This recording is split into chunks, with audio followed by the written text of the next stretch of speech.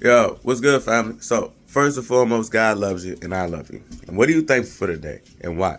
Um, kind of want to define a word so that we can look at what that means about what it means for us, right? Because words matter. So, Resolution 7 was just presented in the House, I believe. And it talks about healthcare and, the plan. Like when you look it up, it says like, this is the plan for, to help. There we go. Let me just do this. Hold on. When you read Resolution 7, it's important, one, to know what a resolution is. When you look it up, it says like, it's pretty much a declaration that one party or like in Congress and all that, when they make, whoever's there, look, this is what we resolve. This is how, basically, they're saying, look, this is how we're going to be doing things based on this resolution. We feel like this. And behind every word is 1,000 words or 1,000,000 words or 1,000 years or maybe a few thousand years. But we're going to be doing things like this. You know what I'm saying? Like, this is how we feel. This is how we're going to be carrying it. And if nobody comes against it, then what you're saying, even if they don't make things law, this is what it says when you look it up. This is as good as making a bill. This is as good as saying, this is how we're going to carry stuff. When laws were changed, like amendments were made in the Constitution, it wasn't until actual enforcement and resolutions and people standing on those floors and going, hey, let's actually move like this, did those things actually take effect. You know what I'm saying? I believe it was something like somewhere back in like 2014, 2016 that Alabama, I think it was Alabama, but it was one of those southern states, sue me if I'm wrong on the state, that they just ratified the 14th Amendment, which said that everybody born in the United States was considered a U.S. citizen. Now, there's a reason that amendment exists.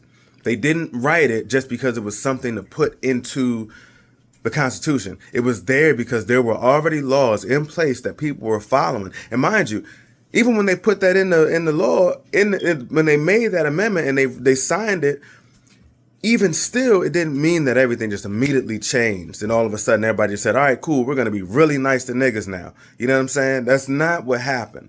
But point being, one, they didn't make that amendment because they just thought we should just put this in there. No, they were already living by a spirit of denying citizenship and seeing people who weren't born in America, which specifically applied to black people. When you read an act concerning servants and slaves, it talks about who is a citizen and who is not a citizen and who cannot become a citizen if they were not born a Christian in this country, and even if they could converted to Christianity while they were here, or they were born and they come from that line, they could not become a citizen.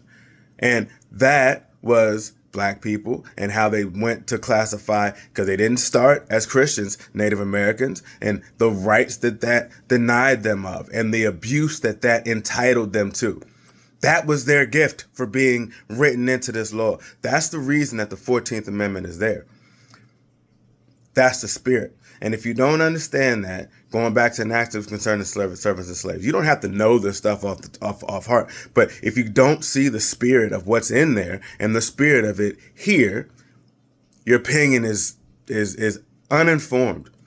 If you don't understand and you go back and look at how Columbus did things, your opinion is uninformed. If you don't go back and look at how Alexander the Great did things, your opinion is uninformed. If you don't go back and read the Bible and look at history and understand the Babylonians, your opinion is uninformed. But the word I wanted to define is resolve. Because in resolutions, resolve is a part of that word, right?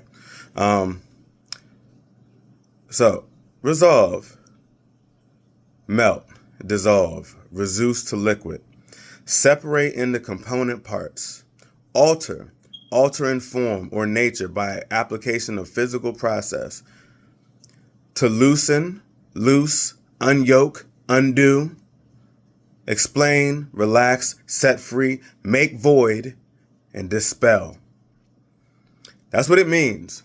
It has all these meanings, and you can look and see the application. We left school, family, and we forgot that words have meaning. There's a lot of words being used right now. There's a lot of words that are being written and said right now. There's a lot of words that have been said and will be said about this time. But there are a lot of words that have been said that right now, what's happening should not be a surprise. This is a time for people to lean towards God and to actually get some understanding on what that means. Because, not for nothing, man, people have used Christianity to do some devilish, evil things. Bringing Christianity back ain't necessarily what's the best for anybody. But bringing Jesus back, seeking God's kingdom and God's voice, and actually understanding where we're at, where we come from, and what we're headed to if we don't change. The law of entropy says that anything that has life goes to chaos unless it is given direction. Your grass, your nose hairs, my beard, you know what I'm saying? Like, if it's not given, your weight, your attitude, your words, the way you handle your feelings, if it is not given direction, your dogs, if it is not given direction, this shirt was cotton on the back of somebody's, on the back of a damn sheep somewhere that somebody had to cut, to shear in a way that didn't kill the sheep with intention. If it is not given direction with intention, it was sheared, spun, dyed, knit, packaged, and sold. Given direction with intention, it leads to chaos. That is any and everything. That is every seed that is planted and taken root and it is fruitful and it has produced fruit of its kind everywhere. Kinetic and potential energy. This is science, family. More than ever, we got to get closer because, family, we're here now. We're here now. So, love y'all.